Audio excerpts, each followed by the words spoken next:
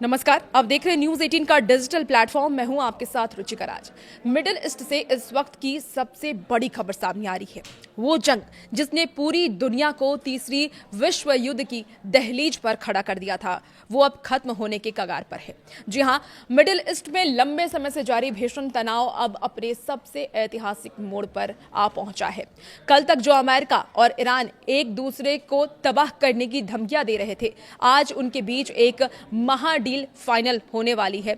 Iran के विदेश मंत्री सैयद अब्बास अरागची ने एक बेहद चौंकाने वाला दावा किया है। इस्लामाबाद मेमोरेंडम ऑफ अंडरस्टैंडिंग अब अपने अंतिम चरण यानी कि फाइनल स्टेज पर पहुंच चुका है। लेकिन कहानी में सबसे बड़ा ट्विस्ट तब आया जब अमेरिकी राष्ट्रपति डोनाल्ड ट्रंप ने अरागची के इस पोस्ट को बेहद सकारात्मक बताते हुए रिपोस्ट कर दिया। आखिर इस डील के पीछे क्या इनसाइड स्टोरी है, कैसे इसमें पाकिस्तान की एंट्री हुई और क्या वाकई अब हॉर्मुज स्ट्रेट हमेशा के लिए खुलने जा रहा है, आइए इस वीडियो में आपको बताते हैं।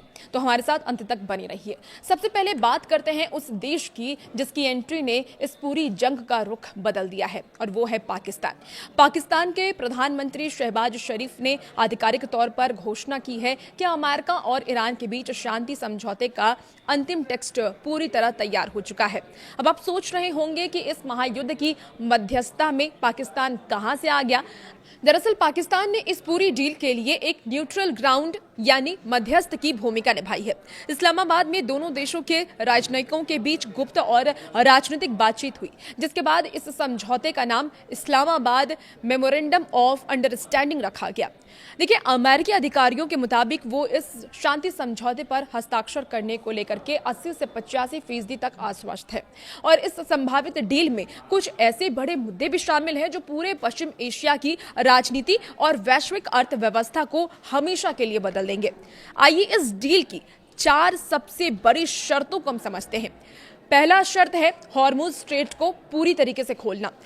ईरान के विदेश मंत्री के अनुसार नौसैनिक नाकेबंदी को खत्म करने और हॉर्मुज के नए अरेंजमेंट पर सहमति बन गई है। ये वही समुद्री रास्ता है जहां से दुनिया का लगभग 20% कच्चा तेल गुजरता है, और इसके खुलने से वैश्विक तेल बाजार को बड़ी राहत मिलेगी।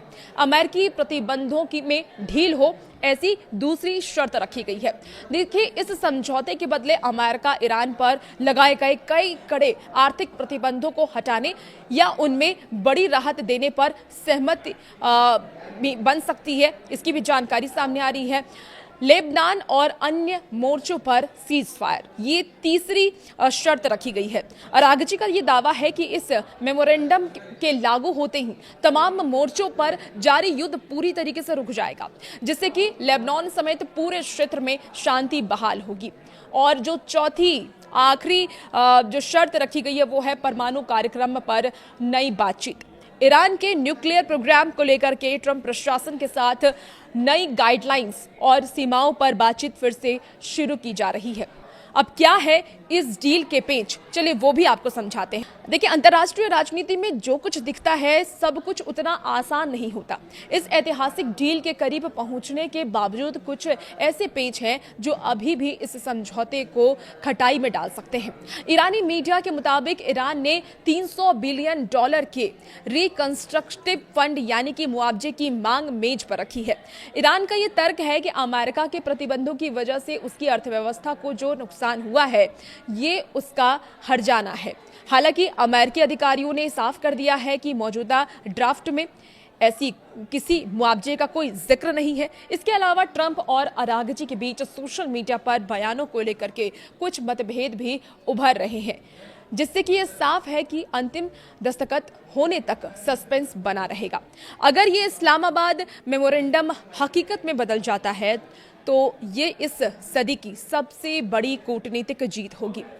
इससे न सिर्फ मिडिल ईस्ट में बमों और मिसाइलों का बरसना बंद होगा, बल्कि वैश्विक स्तर पर पेट्रोल डीजल की कीमतें भी काबू में आएंगी। भारत जैसे देश के लिए भी ये एक बहुत बड़ी राहत की खबर है। अब देखना यह है कि आने वाले चंद घंटों या दिनों में क्या ट्रंप और ईरानी नेतृत्व इस ऐतिहासिक दस्तावेज पर फाइनल मुहर लगाते हैं या फिर नहीं लगाते हैं। आपको क्या लगता है, क्या डोनाल्ड ट्रंप मिडिल ईस्ट में शांति ला पाएंगे? अपनी राय कमेंट बॉक्स में जरूर बताइएगा, और भी ऐसी वीडियोस के लिए बने रहिए न्यूज़ 18 के साथ।